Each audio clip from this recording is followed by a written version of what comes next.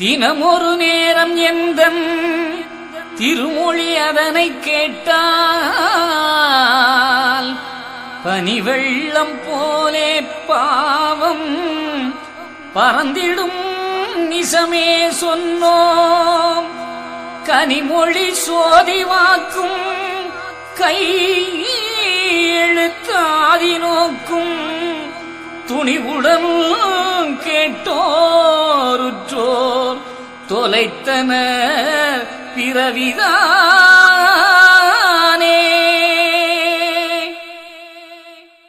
அன்பானவர்களே, நடுத்தீர்ப்பு முதல் பாகத்தை கேட்டீர்கள். அதன் தொடர்ச்சியை இப்பொழுது கேளுங்கள். இப்படி இறைவனுடைய ஆலயத்துள் இருள் மூழ்கிற அளவுக்கு விளக்குகளை அணைத்துவிட்டு ஒரு காட்சியை இந்த மக்களுக்கு காட்ட வேண்டும் என்ற எண்ணம் வருவதே தவறான சிந்தனை. இப்படி இருக்கின்ற பொழுது மழை இல்லை, மழை இல்லை, மழை வரவில்லை என்று இறைவனிடம் கேட்டு என்ன பயன்? இப்படியெல்லாம் வரும் என்பதை ஐயா அன்று சொல்லிவிட்டார். அதனால்தான் சொல்லுகிறேன், மழை இல்லை மழை இல்லை என்கிறோமே. ஐயா என்ன சொன்னார்? மாநிலத்தில் வேளாண்மை மழையில் மிக கெடு வரும்.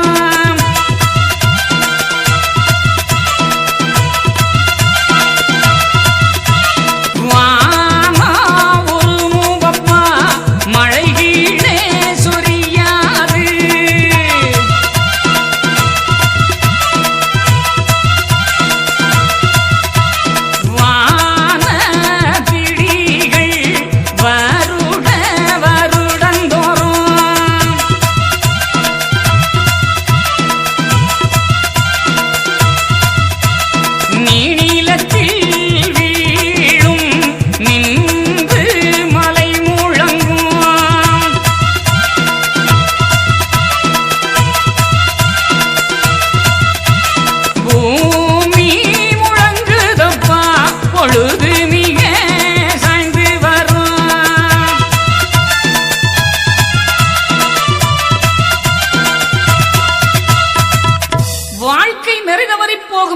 மாறினால் நெறி தவறி போகக்கூடிய நிலை இருக்கின்ற பொழுது இந்த களி முடியும் காலம் இப்படித்தான் நடக்கும். மாநிலத்தில் வேளாண்மை குன்றும். இன்று பயிர் செய்ய முடிகிறதா? விளை நிலங்களுக்கேற்ற தண்ணீர் இருக்கிறதா? பயிர் செய்ய பாடாய் படுகிறோமே. மழை இல்லையே இறைவா, குடிநீருக்கு கஷ்டப்படுறோமே, ஏன் மழை இல்லை? இன்றைய நிலையை பாருங்கள். மழைக்காக யாகம், மழைக்காக பிரார்த்தனை எல்லாம் செய்தும் மழையை காணவில்லையே. ஐயா சொல்லிருக்கிறார், வானம் உருமும் மழை கீழே சொரியாது. விளைய வேண்டிய நிலங்கள் எல்லாம் பாழாக கிடக்கின்ற நிலை இப்பொழுது நடந்து கொண்டிருக்கிறது. இடிமுழக்கம் கேட்குது, மேகம் கருக்குது, ஆனால் மழை இல்லை. இதை நாம் சொல்லவில்லை, ஐயா சொல்லுகிறார். வானத்து இடிகளெல்லாம் வருட வருடந்தோறும்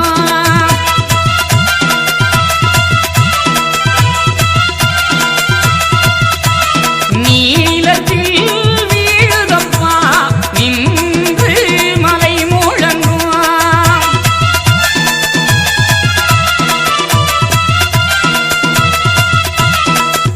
தினந்தோறும் பத்திரிகையில பார்க்கிறான், இடி விழுந்து பள்ளி பத்திரிகைகளில் செய்தி. மழையை காணல, இடி மட்டும் எங்கிருந்தியா விழுந்தது? இது இறைவன் எழுதி வைத்த வாக்கு. இந்த களிமுத்திய காலத்தில் இப்படித்தான் விழும். பூமி முழங்கும் பொழுது மிக சாய்ந்து வரும். வானம் ஒரு உதய மழை கீழே சொரியாது. மாநிலத்தில் வேளாண்மை மழையில் மிக கேடு வரும். நீலம் எல்லாம் நின்று முழங்குதடா.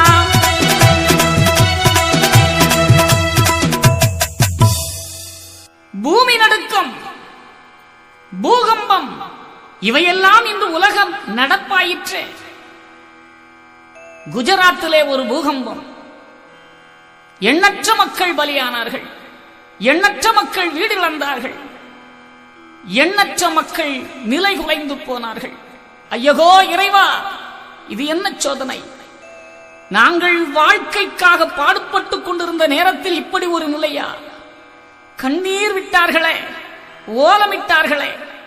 இந்திய தேசம் மட்டுமல்லாமல் இந்த உலகம் முழுவதிலும் இருந்து அந்த மக்களுக்காக நிவாரணங்கள் வழங்குவதற்காக போட்டி போட்டுக் கொண்டு வந்தார்களே. சற்று நினைத்து பாருங்கள், இது இந்த உலகத்தில் இப்படித்தான் நடக்கும் என்று ஐயா சொன்னது. எப்படி சொல்லுகிறார்? கண்டதுண்ட மகவல்லோ கனத்த பூமி வெடிக்குதடா,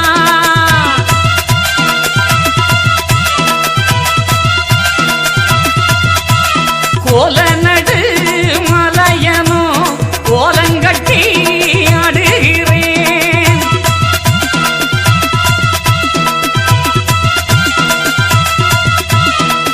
கண்டதுண்டமாக வல்லோ இந்த பூமி வெடிக்குது. குஜராத்தில் வெடித்து அந்த சோக காட்சிகள் முடிவடையவில்லை. இத்தாலியிலே ஒரு பூகம்பம். அங்கே ஆயிரக்கணக்கானோர்கள் மாண்டிருக்கிறார்கள். ஆயிரக்கணக்கானோர் வீடு வந்திருக்கிறார்கள். இறைவா இறைவா என்று இறைவனையே எண்ணி ஏங்கிக் கொண்டிருக்கிறார்கள். அங்கு முடிகின்ற நிலைதான். இங்கே என்ன நடந்தது? சென்னையிலே ஒரு நிலநடுக்கம். வீட்டில் இருந்தவர்கள் எல்லோரும் வெளியிலே வந்து திகைக்கிறார்கள். என்ன நடந்தது? நம்முடைய வீடெல்லாம் அசைகின்றதே, இருந்த பொருட்கள் எல்லாம் இருந்த இடத்தை விட்டு நகண்டு விழுந்ததே என்று கண்ணீர் விட்டார்கள், கதறினார்கள். என்ன ஆகிவிடுமோ என்று பயந்தார்கள். செய்திகளை பார்த்த பிறகுதான் தெரிந்தது, சென்னையிலும் நிலநடுக்கம். அங்கு மட்டுமல்ல, திருவனந்தபுரம் வரைக்கும் ஒரு அசைவு. சில இடங்களில் சில கீறல்கள். இது பூமி அதிர்ச்சியின் சாயல்கள் என்று சொல்லுகிறார்கள். நான் நினைத்தேன், அப்பா, என் தந்தையே, வைகுண்ட பெருமானே, நீ எழுதி வைத்தது ஒன்று கூட குறையாமல் இந்த உலகத்தில் நடக்கிறது ஐயா.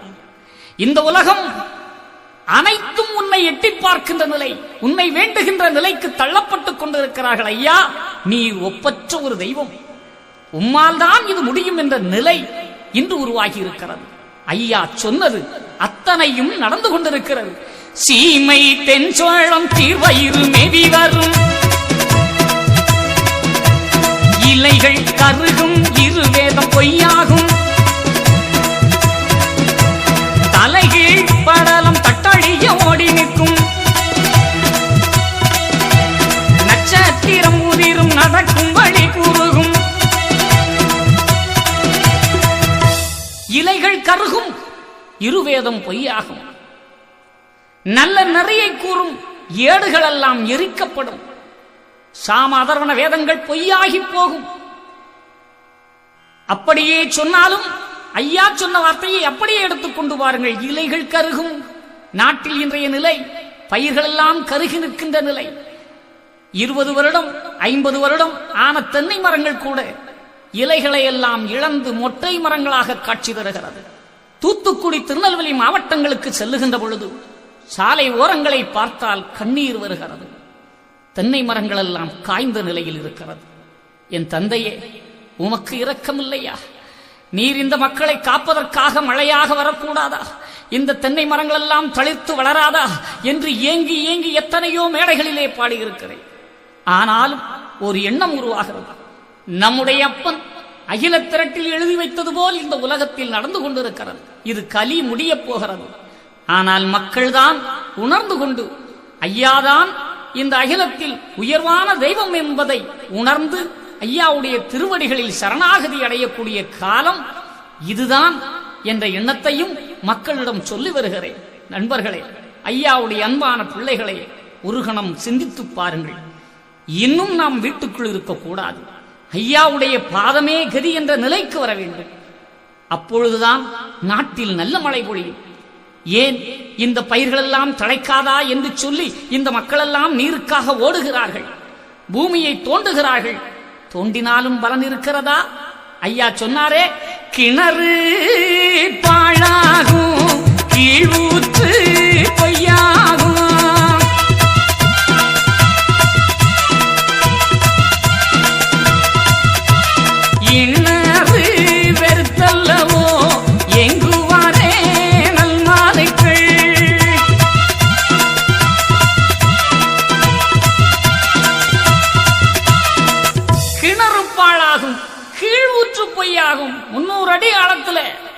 கிணற தோண்டி வச்சு தண்ணியே காணல.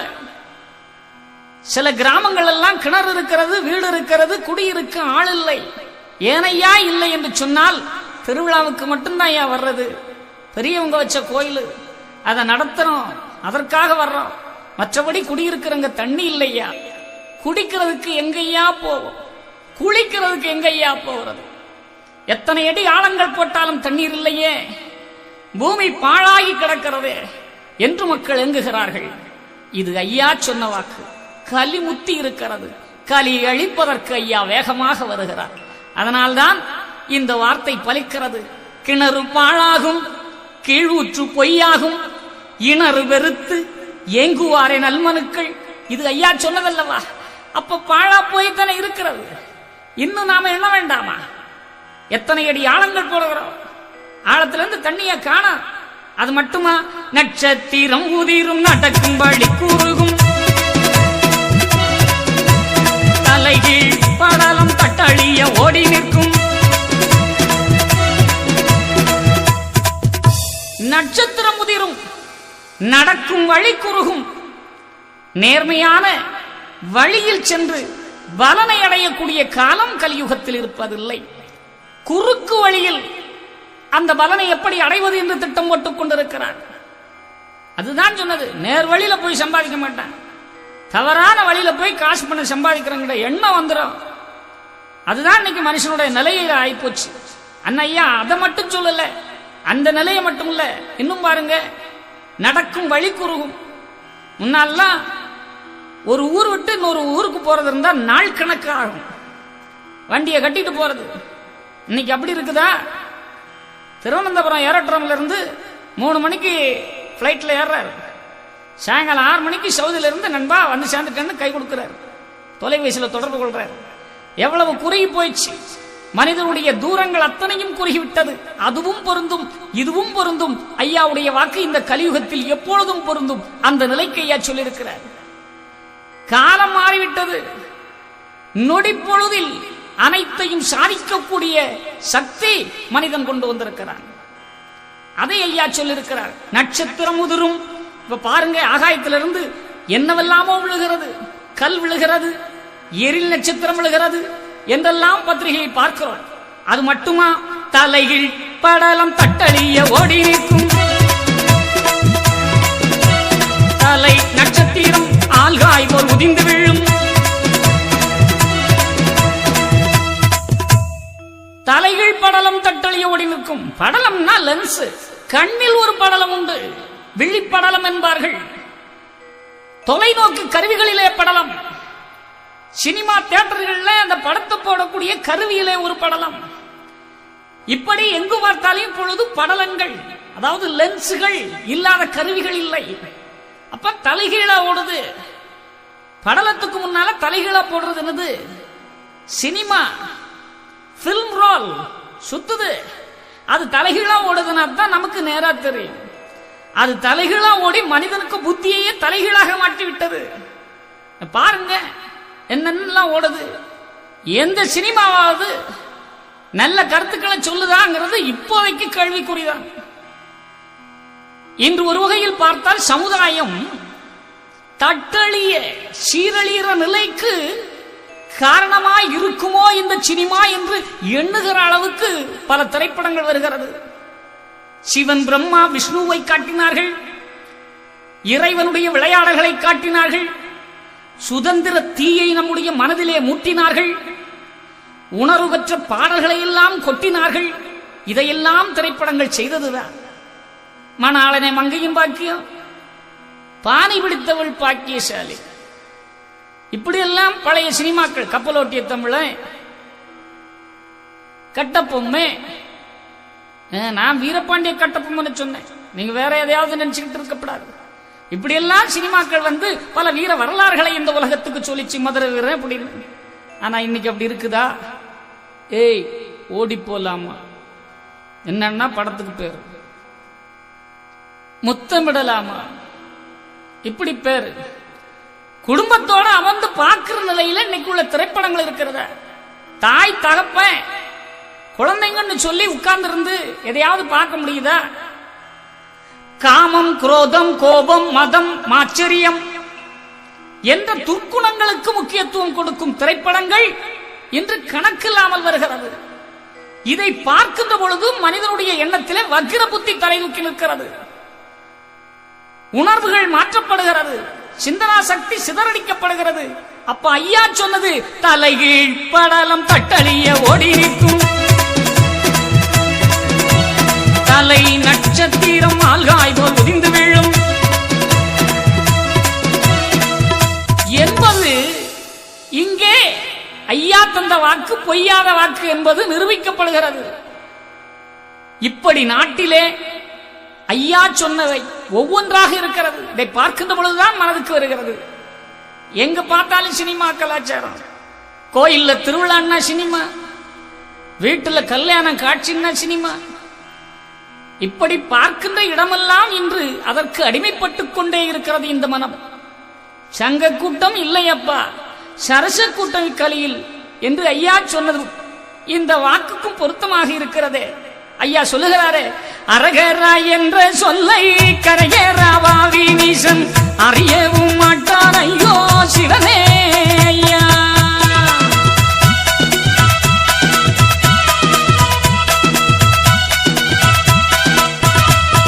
சிவசிவா என்ற சொல்லு அவகட நீசருக்கு தெரியவும் மாட்டாத ஐயோ சிவனே ஐயா.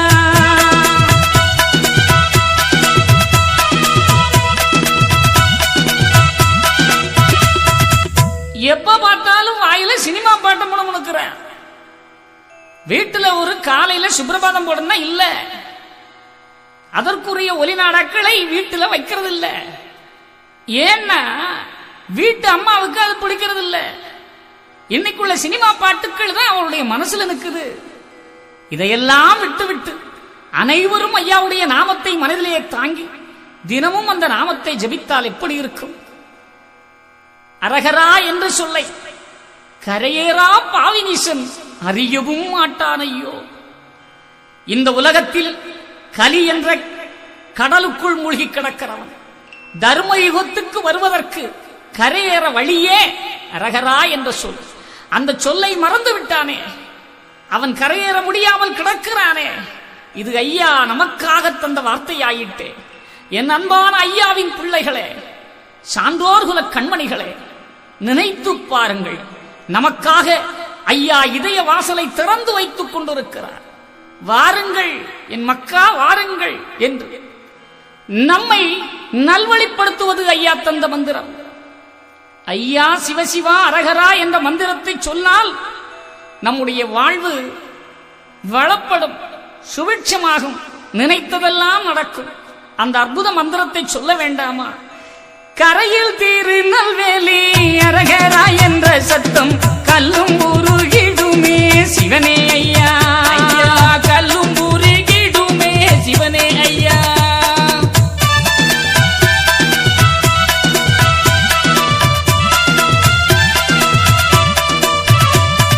கரையில் திருநெல்வேலி அரகரா என்ற சத்தம், கரையில் திருநெல்வேலி அரகரா என்ற சத்தம் கல்லும் உருகிடுமே சிவனே ஐயா.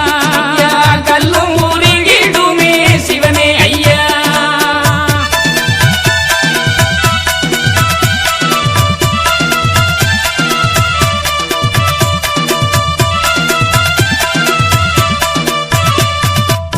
சிவசிவா அரகரா என்ற மந்திரத்தை சொன்னால் கல்லும் உருகும். இது ஐயா சொன்னது. மெய் அன்பர்களே, இன்று கலியிலே நாம் கடைந்தேற வேண்டும் என்று சொன்னால் இந்த மந்திரம்தான் நம்மை காப்பாற்றும். இது ஐயா தந்த வாக்கு. இதை எல்லோருக்கும் சொல்லணும். குழந்தைகளுக்கு முக்கியமா சொல்லிக் கொடுக்கணும். சிவசிவா அரகரா என்ற சொல்லிக் கொடுக்கணும். நடந்து போற போது கூட ஒரு கல்லிலே கால் இடறிவிட்டால் கூட ஐயா என்ற குரல் எழுப்பக்கூடிய ஒரு பக்குவத்தை உணர்த்த வேண்டும். அது குழந்தைகளுக்கு வேண்டும். ஏனென்றால் இது கலிகாலம். இந்த கலி முத்திய காலத்தில் இப்படித்தான் நடக்கும் என்று ஐயா சொல்லியிருக்கிறார்.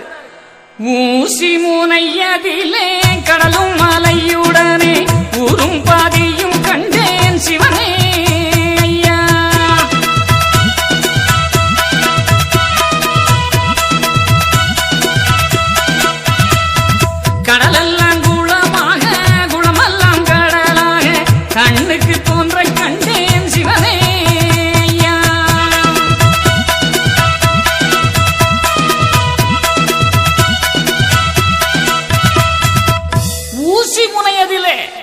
கடலும் மலையும் ஊரும் பதியும் கண்டேன் என்று ஐயா சொல்லிருக்கிறார். இந்த கலி காலத்துல, கலிமுத்திர காலத்துல, கலி அழிய போகக்கூடிய நிலையில இதெல்லாம் தெரியுமா? ஊசி முனையில இத்தனையும் தெரியுமா? நாம யோசிச்சு பார்ப்போம். அப்ப இது எதுவா இருக்கும்? ஐயா சொல்லிருக்கிறாரு ஊசி முனையில இது தெரியும். நானும் திணறேன். ஊசி முனையில கடல் பதி தெரியக்கூடிய நிலை வந்தால் அது எப்படி இருக்கும் என்று. ஆனா இப்ப பார்க்கிறப்ப தெரியுது. மை அன்பர்களே, ஐயா சொன்னது எள்ளளவும் பிசகாமல் இந்த உலகத்தில் நடக்கிறது. வீட்டுக்குள்ள நாம வாங்கி வச்சிருக்கிற எல்லார் வீட்டிலும் இருக்குது. இன்னைக்கு அது இல்லாத வீடே இல்லை. என்ன தொலைக்காட்சி பெட்டி, டிவி. என்னடா சதுரமா இருக்குது டிவி, வேணா ஊசி முனைக்கு இதை கொண்டு சொல்றான்னு சொல்றீங்களா? என் சிற்றறிவுக்கு எட்டியது இது. நானும் அப்படித்தானே வந்து சொல்லுகிறேன். தவறாக இருந்தால் மன்னித்து விடுங்கள். ஆனால் எனக்கு தெரிந்தது, ஐயா என்னை சொல்ல வைத்தது டிவி சதுரம் தான். ஆனா எங்கேனும் எப்பொழுதும் அந்த டிவியை வீட்டுல வாங்கி கொண்டு வச்சுக்கிட்டு ஆன் பண்ணோம்னா படம் தெரிஞ்சிருமா? இல்லையே. ஒண்ணு அதுக்குரிய ஆண்டனா கருவியை மாட்டி அங்கிருந்து ஒரு ஏரியல் கொண்டு வந்து ஒரு ஊசியை உள்ள குத்தணும். இல்ல இப்ப ஊர் ஊரா வச்சிருக்கிறாங்களே கேபிள் டிவி, அவர்கள் கொடுக்கிற அந்த பின் இதுல குத்தணும். அது உள்ள பாருங்க ஊசி தான் வச்சிருக்கிறான். அந்த ஊசியை குத்துனாதான் அந்த ஊசி மூலமா எல்லாம் தெரியுது. ஊரு, பதி, கடல், மலை அனைத்தும் தெரிகிறதே. ஆனா அதுதான் ஐயா இன்னைக்கு உலகத்துல எல்லாமா இருக்கிறது. இப்ப பாருங்க, டிவிக்குள்ள என்னவெல்லாம் தெரியுது. மனிதன் மாண்பு இல்லையே. எப்போ பார்த்தாலும் டிவியில இருக்கக்கூடிய நிலைக்கு மனிதன் தள்ளிவிட்டானே. புருஷன் பஞ்சாதிக்குள்ள அந்நியனும் இருக்கிறதா? இல்லையே. அந்த நிலை இங்க மாற்றப்பட்டு இருக்கிறதே. வீட்டை விட்டு வெளியே போயிருக்கிறார் வேலைக்கு, திரும்பி வருவாரு 7 மணி ஆயிடும். வந்துருந்த வாங்க உட்காருங்க, காஃபி சாப்பிட்றீங்களா? இதெல்லாம் அன்னைக்குள்ள பொண்ணுங்க கேட்கறாங்க. இப்ப நிலைமை என்ன இருக்கிறது? டிவி ஓடிக்கிட்டே இருக்குது, ரிமோட் சிஸ்டம் ஆஃப் பண்றதே இல்லை. அவர் அங்கிருந்து வர்றாரு, வாங்க, அதோட முடிஞ்சு போச்சு. முன்னால் அப்படியா? தலைவாரி பூச்சூடி தலைவன் வரவுக்காக அந்த அம்மா இருக்கும். வாசலிலே உன் காலடி ஓசை கட்டிருப்பேன், வந்தவுடன் உன் ஆசை முகத்தை பார்த்திருப்பேன் என்றெல்லாம் சொன்னாங்களா? இன்னைக்கு அதெல்லாம் காணோம். அவர் வந்து அவர் பாட்டுக்கு போய்க்கணும், செம்பு தண்ணி எடுத்து கை கால கழுவிட்டு உட்கார்ந்துட்டு ஒரு காஃபி தரப்படாதா அப்படின்னு அவரு கேட்கிறார். அந்த அம்மா கொஞ்சம் இருங்க, என்னடி கொஞ்சம் இருங்க, விளம்பரம் வந்துடட்டும், காஃபி கொண்டாந்துறேன். விளம்பரம் வந்தாதான் வீட்டுக்காரனுக்கு காஃபி. அந்த நிலைக்கு இன்னைக்கு தள்ளப்படுறான். டிவியை பார்த்துட்டு அங்கு ஒருதான் அடிபட்டு வளரான். இந்த அம்மா கண் கலங்கி வளரா. புருஷன் கால் கல்லு தட்டி வீங்கி போயிருக்குது, பார்த்து வரப்படாதா திட்டுறா. ஆனா டிவில ஒருதான் விழுந்துட்டா கண்ணீர் விட்டு கதறுகிறா. எங்க போகிறது பாருங்கள். நாகரிக போதையாலே நாடு தடு மாறுதடா.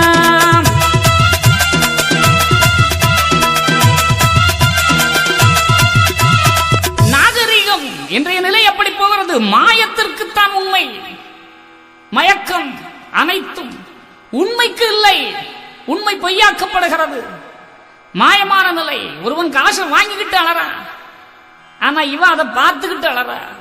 வெங்காயம் வெட்டின கையில காயம்பட்டது கூட தெரியாம டிவியை பார்த்து அழுதுட்டு இருக்கிறார். இது இன்னைக்குள்ள நிலை. அந்த அளவுக்கு ஐயா சொன்னது, ஊசி முனையதிலே ஊரும் பதியும் கடலும் கண்டேன். கடல் எல்லாம் குளமாக, குளமெல்லாம் கடலாக கண்ணுக்கு தோன்ற கண்டேன். இதெல்லாம் இந்த கலியுகத்தில் நடக்கும்னு சொன்னாரே, அது மட்டுமா? ஆணும் பெண்ணும் அழிவாகும், அம்பலத்து அரச முடியாடும்.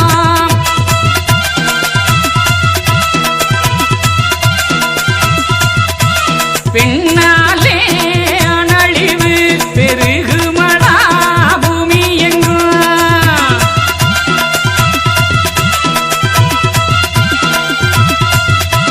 கட்டழிந்து வெண்களெல்லாம் கற்புமிக தவறுகிறான்.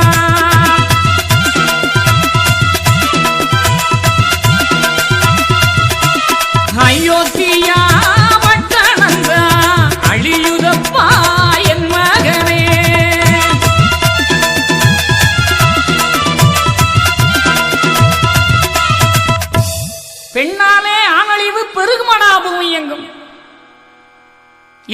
சொன்னாரா? நாமா இந்த ஆண்களை கொல்லுகிறோம், நாமா இந்த ஆண்களை அழிக்கிறோம் என்று அம்மைமாருடைய எண்ணத்தில் எழலாம் இந்த கேள்வி. நீங்க யாரையுமே அழிக்கிறது இல்லம்மா, பெண்களால் யாரும் அழியப்படுகிறதும் இல்லை. ஆனால் ஐயா வாக்கு அப்படி பொய்யாமல் இருக்குமா, பொய்யாக இருக்குமா என்று நாம் நினைக்கலாம். 4 சகோதரிங்க சாலை ஓரமா கல்லூரிக்கு போயிட்டு இருக்கிறாங்க. 3 தம்பிங்க இருசக்கர வாகனத்துல வேகமா வர்றாங்க. அதுங்க அதுக்கு பாட்டுக்கு போயிட்டு இருக்குது, இவர்களும் இவ பாட்டு போயிட்டு இருக்க வேண்டியதுதானே. வண்டியில போறான், சகோதரிகளை பார்த்த உடனே இவனுடைய நிலை மாறுது, நிலைப்பாடு மாறி வருகிறான். சினிமா பாட்டை பாடுறான், கிண்டல் அடிக்கிறான், விசில் அடிக்கிறான், வண்டியை முன்னுக்கும் பின்னுக்குமா அழுத்தி திருத்தி ஓட்டுறான். அதுங்க பாட்டுக்கு தானே போகுது. இவன் அங்கேயும் இங்கேயும் ஓட்டுறான். வண்டியில இருந்த உடனே இடறா சிகரெட் எடுறாங்கிறான், வாயில வைக்கிறான், பத்திரம் வாங்குறான். முன்னால என்ன நடக்கிறதுங்க மறந்துடுறான். இவன் இந்த எண்ணத்தில் போகும்போது எத்தாப்புல வந்த பெரிய வாகனத்தில் மோதி விடுகிறான். தங்கச்சிங்கெல்லாம் கல்லூரிக்கு போயிருது, தம்பிங்க கைலாசத்துக்கு போயிடுறான். பத்திரிகையில செய்தியை பார்க்கிறான், மனசுக்கு ஐயா சொன்னது அப்படித்தான் இருக்குமோ நினைக்கிறான். பெண்ணை பார்த்தான், தன் நிலையை மறந்தான், இவனே சென்று விட்டான். அப்ப ஐயா சொன்னது பொய்த்ததா? பெண்ணாலே அழிவு பெருகுதடா பூமி என்றான்.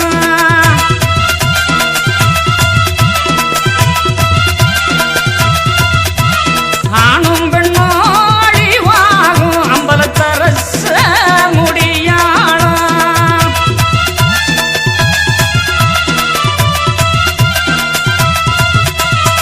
அயோத்தியா பட்டணம் தான் அழியுதப்பா என் மகனே. இது ஐயா சொன்ன வார்த்தை, எல்லாருக்கும் தெரியும். உலகமே இன்று அதைத்தான் எதிர்பார்த்துக் கொண்டிருக்கிறது. அயோத்தியிலே பிரச்சனை, ராமரா பாபரா, இடிப்பதா கட்டுவதா, யார் இடித்தார் யார் கட்டுகிறார், இந்த உலகமே அறிந்த ஒரு செய்தி. இது இப்பொழுது நடக்கிறது. ஆனால் நம் அப்பன் அன்றே சொல்லிவிட்டார். இன்னும் அது முடிந்திருக்கிறதா? இல்லையே.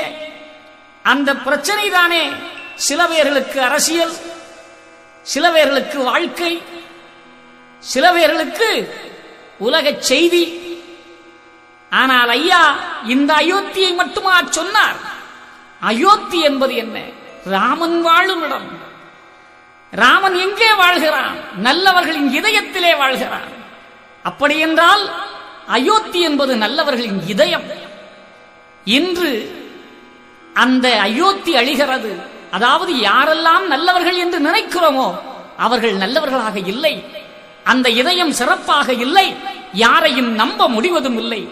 ஆகவேதான் அயோத்தியா வட்டணம் அழியுதப்பா என் மகனே என்று ஐயா சொன்ன வாக்கு இன்று இரு வகையிலும் மக்களுக்கு அது தெளிவாக்கப்பட்டிருக்கிறது. அது மட்டுமா? பஞ்சவர்கள் 5 பேரு பதியதுதான் அழியுதப்பா.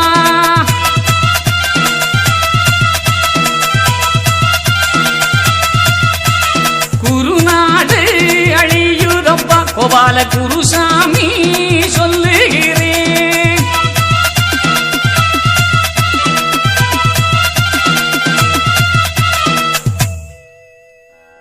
பஞ்சவர்களுடைய 5 பேர் பதியும் அழிகிறது. குருநாடு அழியுதப்பா, கோபால குருசாமி சொல்லுகிறேன் என்று ஐயா சொல்லுகிறார்கள். பேதையர்கள் பிள்ளை பெற்று அதிசயமாய் வாழ்ந்திருப்பார், கோதையர்கள் கொங்கையது கூடாமலே வாழ்வார். அகில மனுக்கள் எல்லாம் அக்கலசல் உண்டாகும், மூனக்கத்தூரோகி எல்லாம் உலகில் மிக உண்டாகும். மாமோக ஆசையினால் சண்டை ஆகி வரும், காமோக வரியத